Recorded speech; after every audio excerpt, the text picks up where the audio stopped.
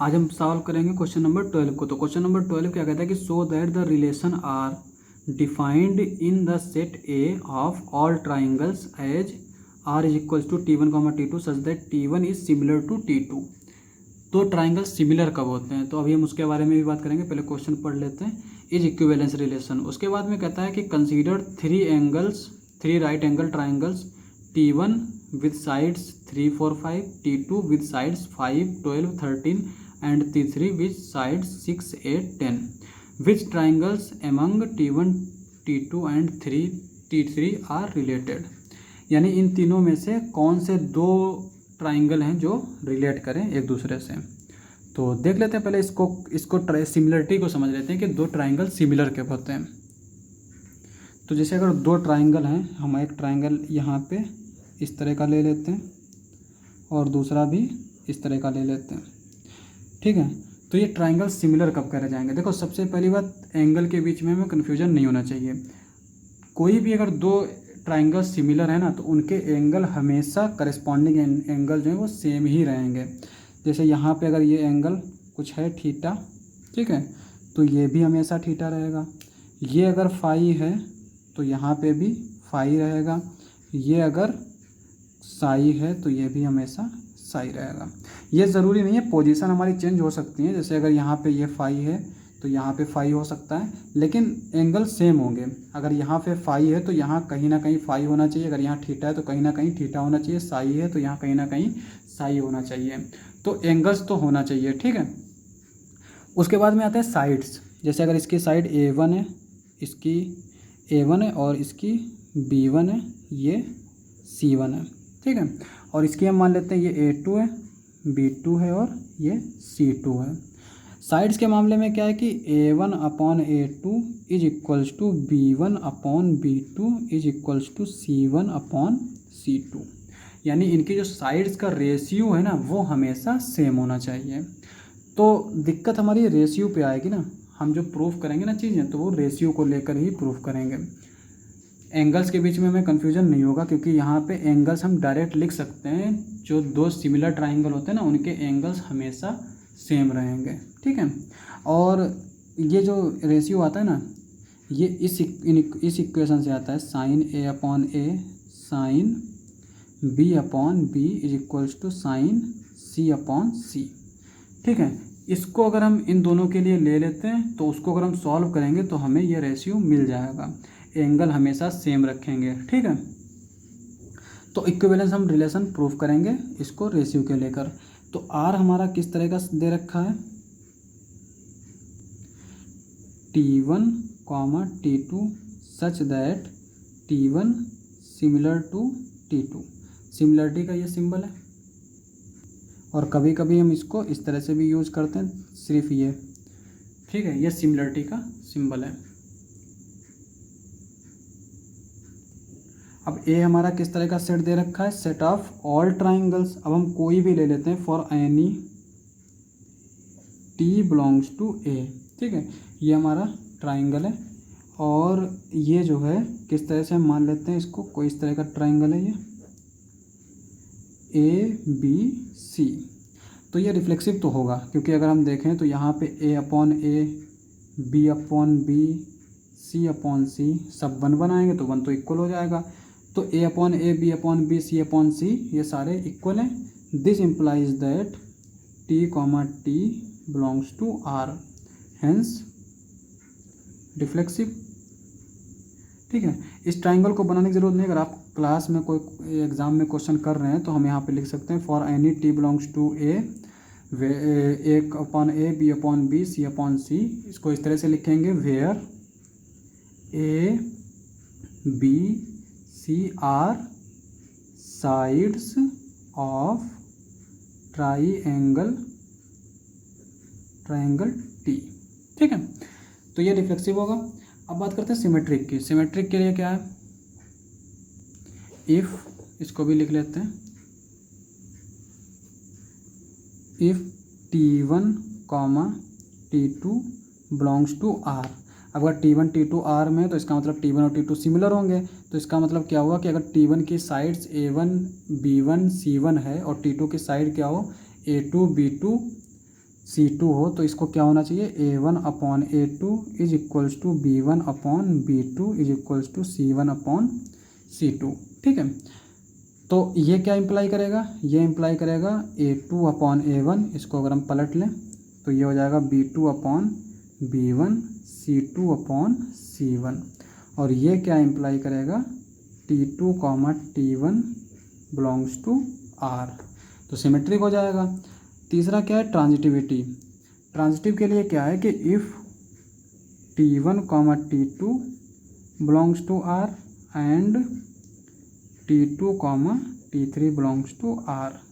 तो हम साइड्स सबके लिए इसी तरह से रखेंगे। T1 के लिए A1 B1 C1, T2 के लिए A2 B2 C2, T3 के लिए A3 B3 C3। तो अगर ये R में है और ये R में है तो इसका मतलब क्या हुआ, A1/A2 belong is equals to B1/B2 is equals to C1/C2 and यहाँ पे क्या हो जाएगा हमारा A2/A3 B2/B3 C2/C3।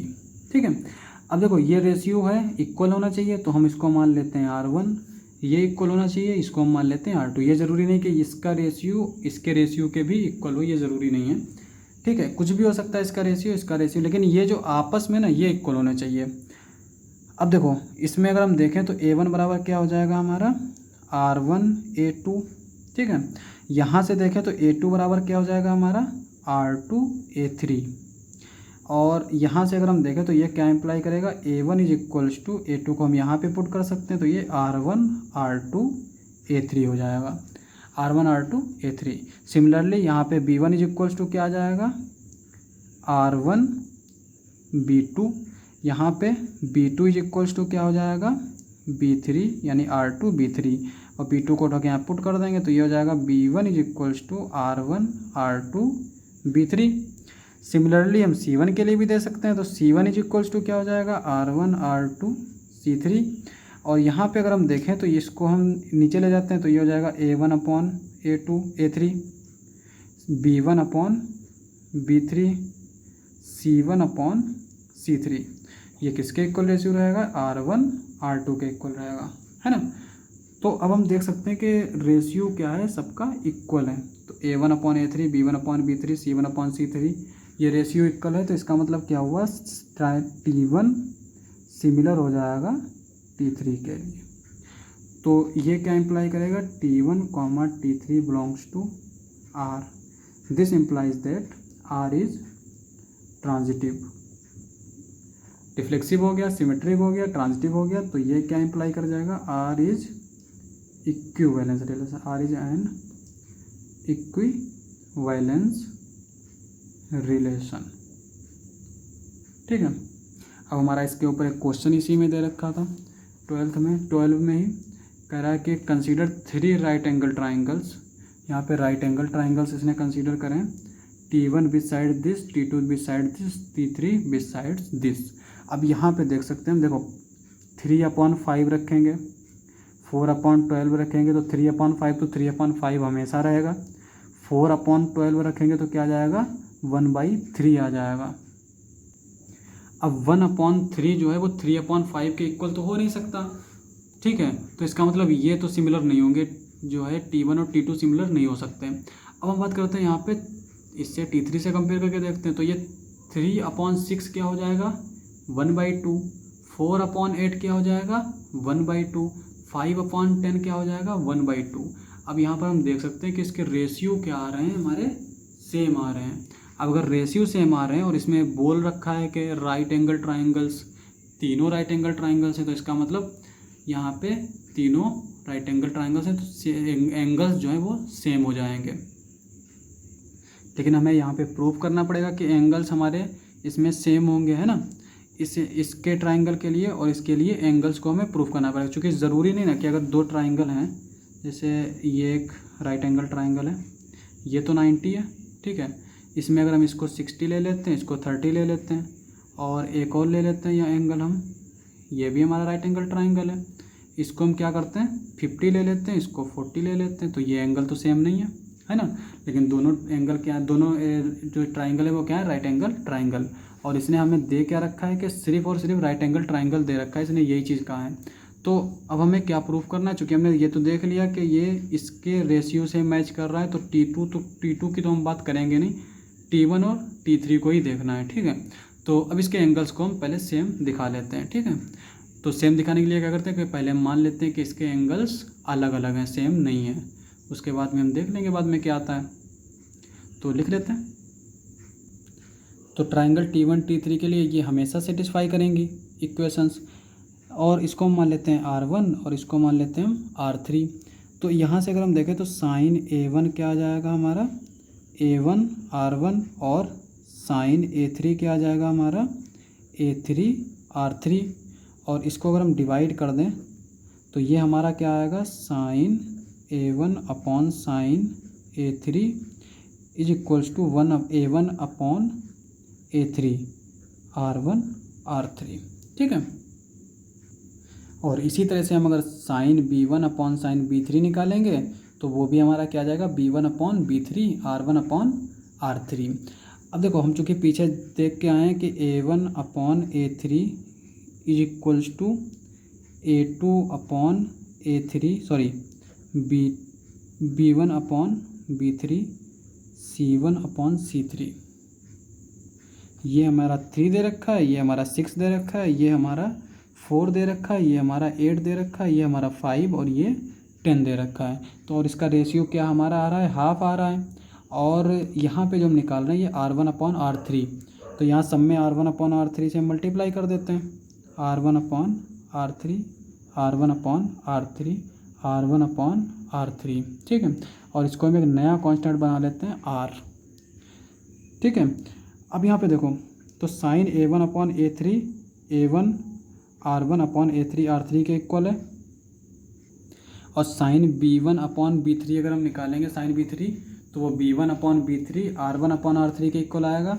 और ये सारी चीज़ें किसके इक्वल हैं, R के इक्वल हमने R कंसीडर कर लिया। तो इसका मतलब क्या हुआ कि sine A1 upon sine A3 sine B1 upon sine B3 sine C1 upon sine C3, यह मेरा R के इक्वल होना चाहिए।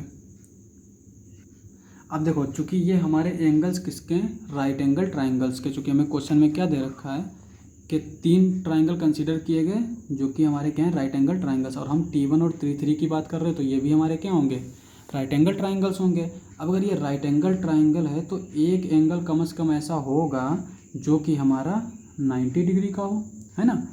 अब अगर हमारा कोई एंगल 90 डिग्री का है तो या तो A1 होगा या B1 C1, ठीक है, एक ट्राइंगल के लिए। दूसरे ट्राइंगल के लिए या तो A3 B3 या तो C3, तीनों में से कोई ना कोई होगा। हम मान लेते हैं कि B1 और B3 जो हैं वो हमारे 90 डिग्री हैं, ठीक है। तो साइन B1 हमारा क्या आ जाएगा, 1 आ जाएगा, चूँकि साइन 90 क्या होता है, 1 होता है। और साइन B3 यानी कि साइन 90 वो भी हमारा क्या आ जाएगा, 1 आ जाएगा। तो इसका मतलब क्या हुआ कि ये रेशियो जो है ना, यहाँ पे ये तो 1 हो जाएगा, ये रेशियो किसके इक्वल हो जाएगा, 1 के इक्वल हो जाएगा। तो हम मान लेते हैं इसको sign A1 upon sine A3, ये हमारा क्या आ जाएगा, sign C1 upon sine C3 1 के इक्वल हो जाएगा। तो ये हमारा क्या आया, sine A1 is equals to sine A3 sine C1 is equals to sine C3। और ये हमारे एंगल्स इन जनरल जो है वो किसी भी ट्रायंगल के लिए इक्वल नहीं आता है, क्योंकि यहाँ पे इक्वल इसलिए आया है क्योंकि हमने देखा कि हमने इसका इस्तेमाल करा A1 A3 B1 B2 B1 B3 C1 C3, यानी ये रेशियो जो है वो इक्वल था। इसी का इस्तेमाल करके हमने देखा कि यहाँ पे ये साइन भी हमारे इक्वल आ रहे हैं, ठीक है। अब देखो साइन A1 साइन A3, इसका अगर जनरल फार्मूला देखें तो जनरल फार्मूला क्या होता है, A1 is equals to 2n pi plus -1 की पावर n A3। ये हमारा जो है अगर कोई दो एंगल जो है ना साइन फॉर्म में अगर इक्वल है तो उसका ये जनरल फार्मूला आता है, ठीक है। यहाँ पे ये n पाई होता है, n पाई प्लस -1 की पावर n A3। तो ये हमारा साइन का जनरल फार्मूला आता है। अब हम चूँकि ट्राइंगल में जानते हैं कि अगर कोई भी जो है एंगल हमारा 180 से ज़्यादा नहीं होता और तीनों एंगल्स का जो सम है वो हमारा 180 ही होता है, ठीक है। अब एक हमारा 90 डिग्री है, तो इसका मतलब ये हुआ कि दो जो हैं इनका सम क्या होना चाहिए, 90 डिग्री होना चाहिए।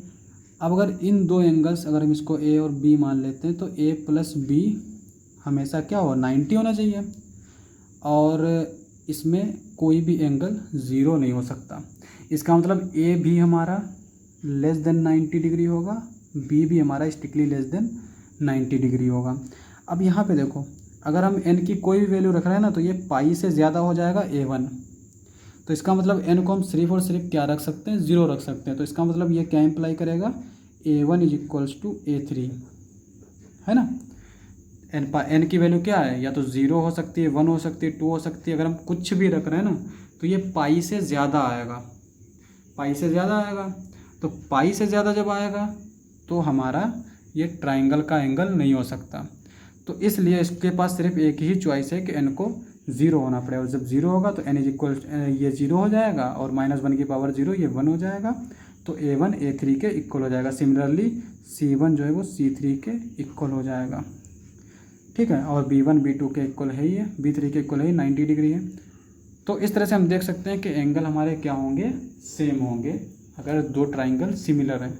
तो यहाँ से अगर हम देखें तो एक चीज़ देख सकते हैं कि अगर हमारे कोई एंगल्स, अगर सिमिलरिटी हमें प्रूव करनी है, तो हमें अगर एंगल्स दे रखे हैं और वो एंगल्स अगर सेम हैं, तो हम उसमें उनके साइड्स का रेशियो भी जो है इस तरह से फाइंड आउट कर सकते हैं, इनका यूज़ करके, जिस तरह से हमने इसको भी फाइंड आउट किया।